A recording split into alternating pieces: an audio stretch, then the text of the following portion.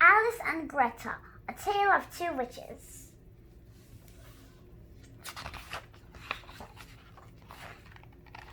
A long time ago, two witches lived on top of a mountain. Although they both looked out at the same view, they saw things differently.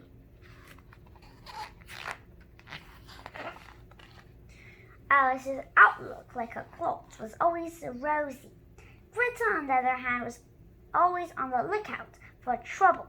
She dressed in poison green, a color she liked to think was a putrid as her personality. Oh, how different Alice and Greta were!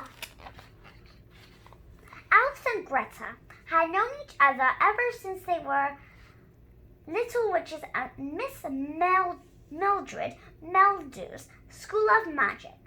There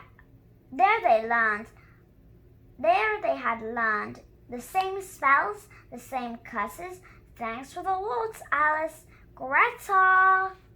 The same chants, glance, sneeze, dragon fleas, donkey breath, spider sneeze, and the same bruise. They just used their magic differently.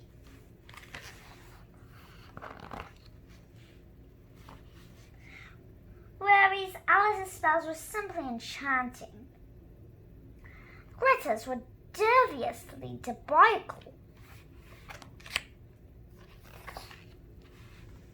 Greta never did her homework and often didn't listen in class. She was misbehaving as usual the day the class learned the most important spell of all.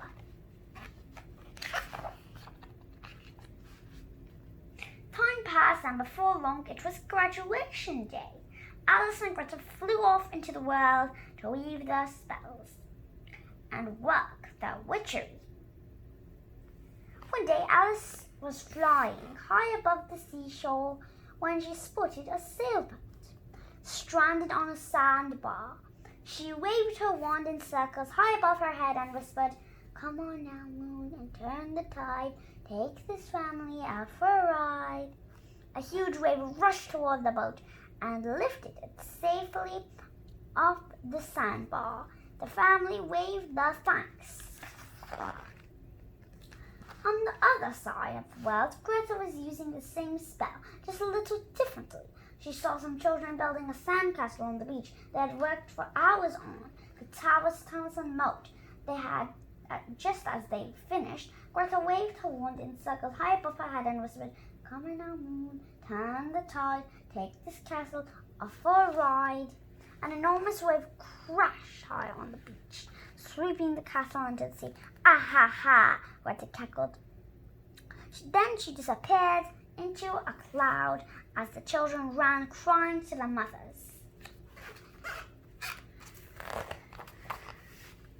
Meanwhile, Alice had come upon a small boy in the field, calling for his lost puppy. Alice knew what to do. She waved her wand and enchanted, "Alzam Alkazir, puppy dog, reappear." The sheepdog pup bounded out of the woods and into the grateful boy's arms. Alice smiled and was on her way.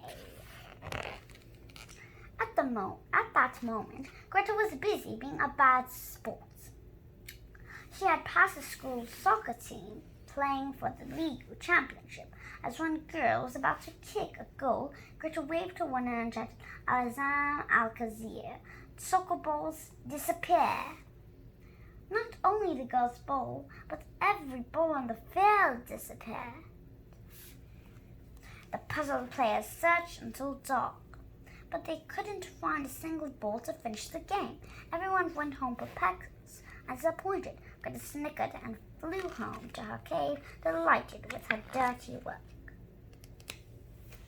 The next day, Greta was sipping her morning cup of pond slime. She was bored. It was time to stir up some trouble, but where? She tossed a few things into the cauldron. When the smoke cleared, she peered through the window into the brew and muttered, "Time to brew, time to bubble, time to stir up nasty trouble." The boy boiling potion, she saw a school playground and children happily playing. Greta jumped on her broom and flew off in search of the school. Within minutes, she arrived at the same scene that had appeared in her cauldron. Rubbing her hands with delight, Greta said, "Children are so sweet, but I can make them even sweeter." She waved her wand at the fluffy clouds overhead and cackled, "Icky, yicky, copley cleep. Clouds spill down my sicky soup." With a crash and splash, the fluffy clouds overhead rained down millions of melting marshmallows onto the children. At first, the children were delighted, but as soon as they realized they were stuck in the gooey, sticky marshmallow mess, they called for help. Greta just laughed and laughed. But Alice heard the cries and reappeared from a cloud. Before she could lift her wand to help, Greta spotted her. "Oh, no, you don't," she yelled and pointed her wand at Alice. "Icky, sticky, gulpy, goo, another sweetie for the stew." A million more marshmallows fell on Alice. Before she knew it, she and her broomstick were pulled to the ground, unable to lift the magic wand. Alice struggled, desperate to think of what to do. Then she remembered something she had learned in school. She looked hard at Greta and said these words, "Whatever you chant, whatever you will, sooner or later comes back to you." Nothing happened, so Alice added a spell of her own. "Make it sooner, not too late. Help me now, I just can't wait."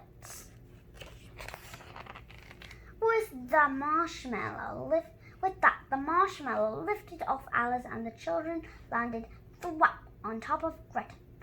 The children crowded around Alice and cheered. To this day, Alice lives in her cave on the hill where the view just keeps getting better and better. And for now, Greta's stuck learning something she should have learned long ago.